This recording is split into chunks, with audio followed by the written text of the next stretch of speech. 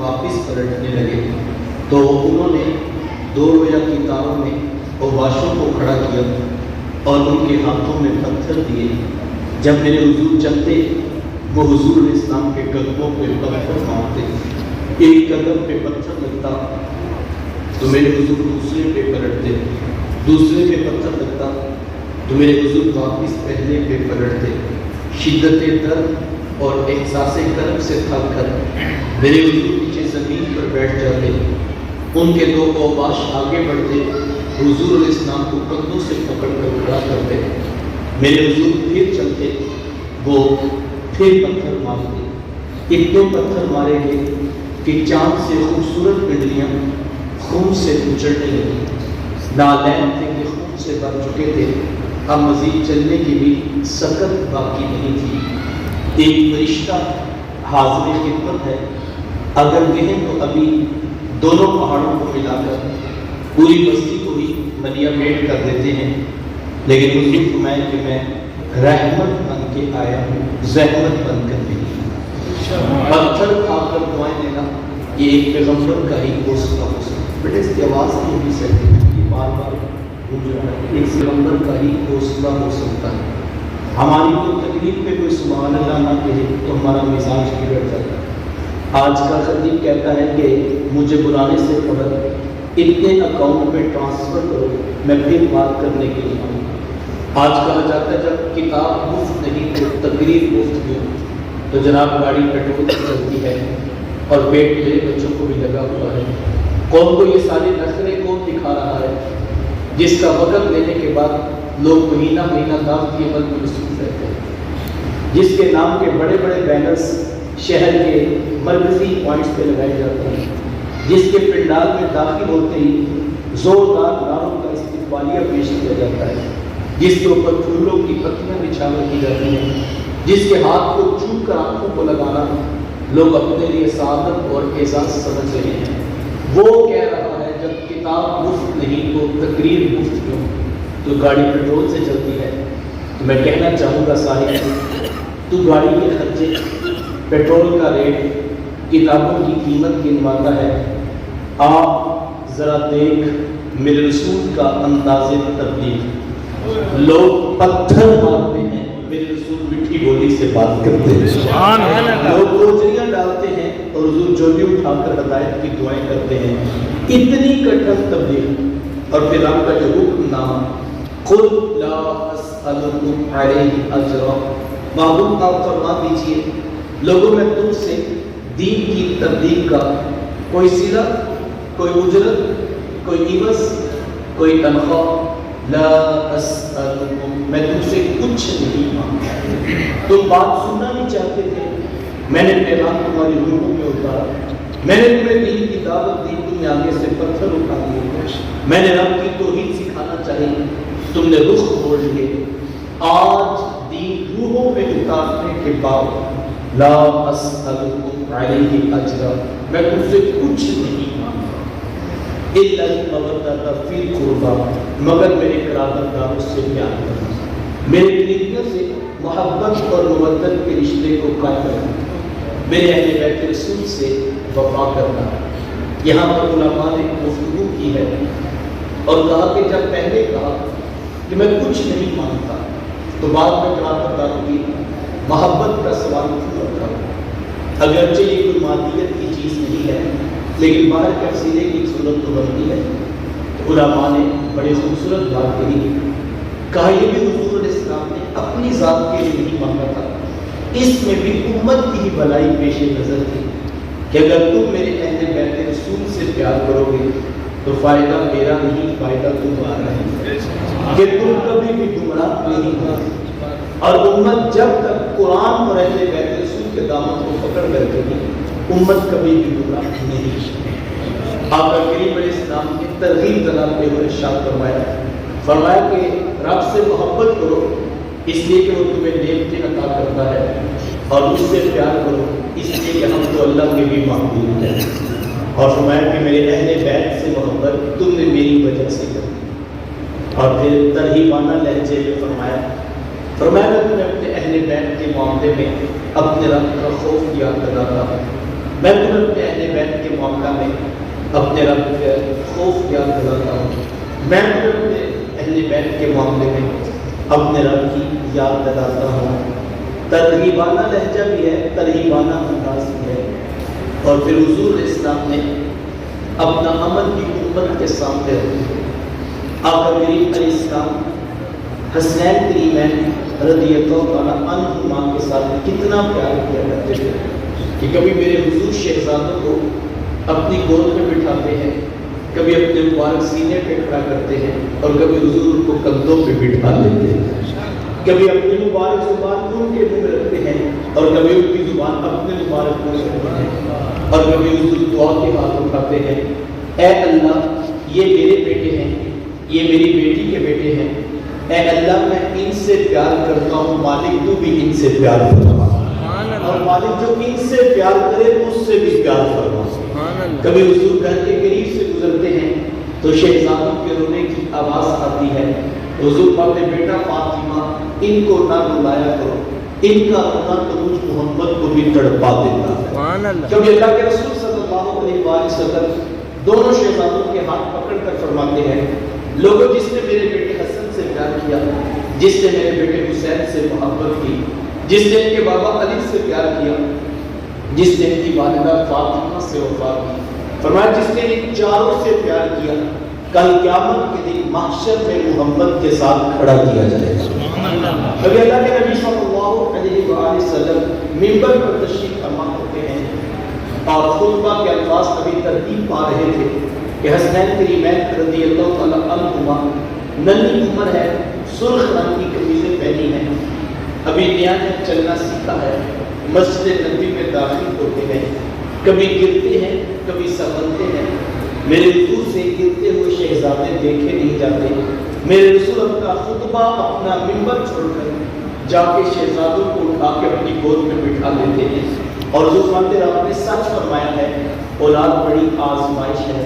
فرمایا میں خطبہ دے رہا تھا، میں واعظ فرما رہا تھا، لیکن اس سے میرے گرتے ہوئے شہزادے دیکھے نہیں جا سکے، اور حضور اسلام کو اپنی گود میں بٹھاتے ہیں۔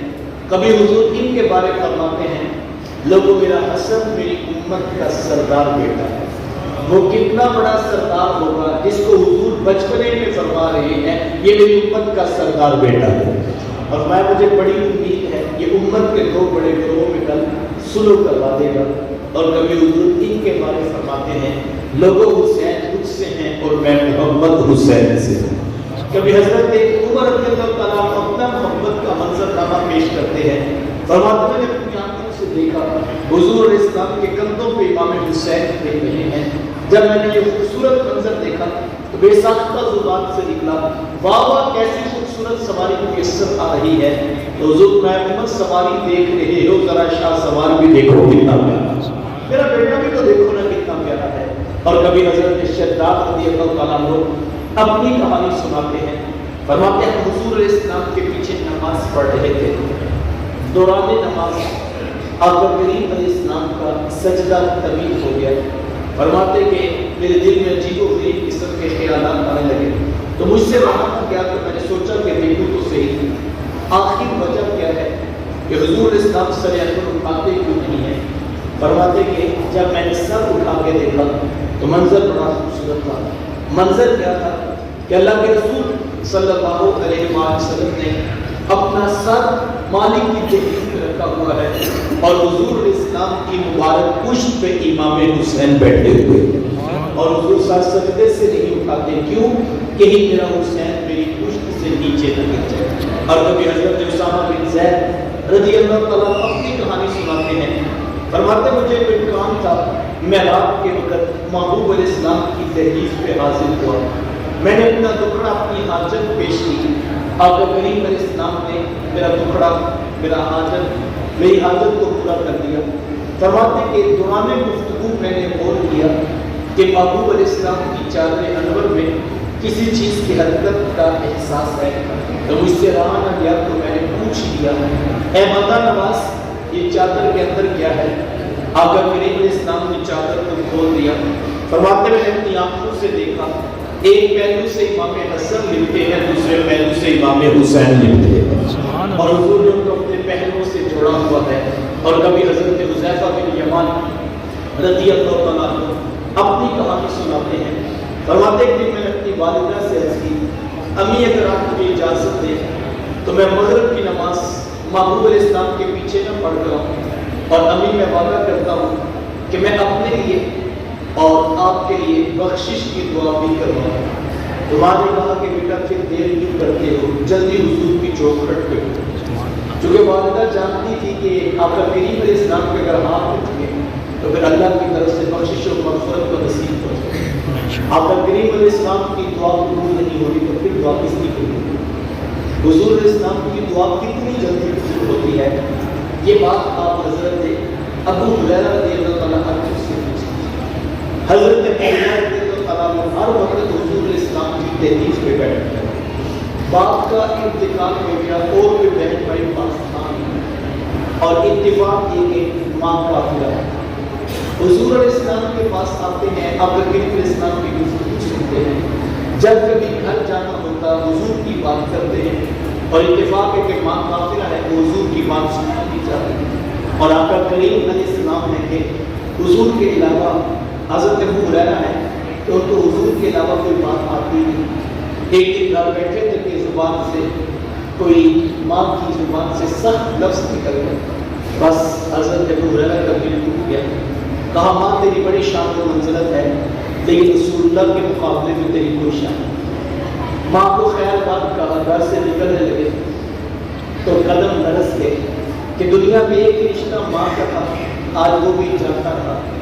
دوسرے لمحے ہی دل میں خیال آیا کیوں نہ ابو ہریرہ یہ ٹکڑا اس رسول کی تحریر پہ پیش کرتے ہیں جو سارے دکھوں کا مداوت کرتے ہیں.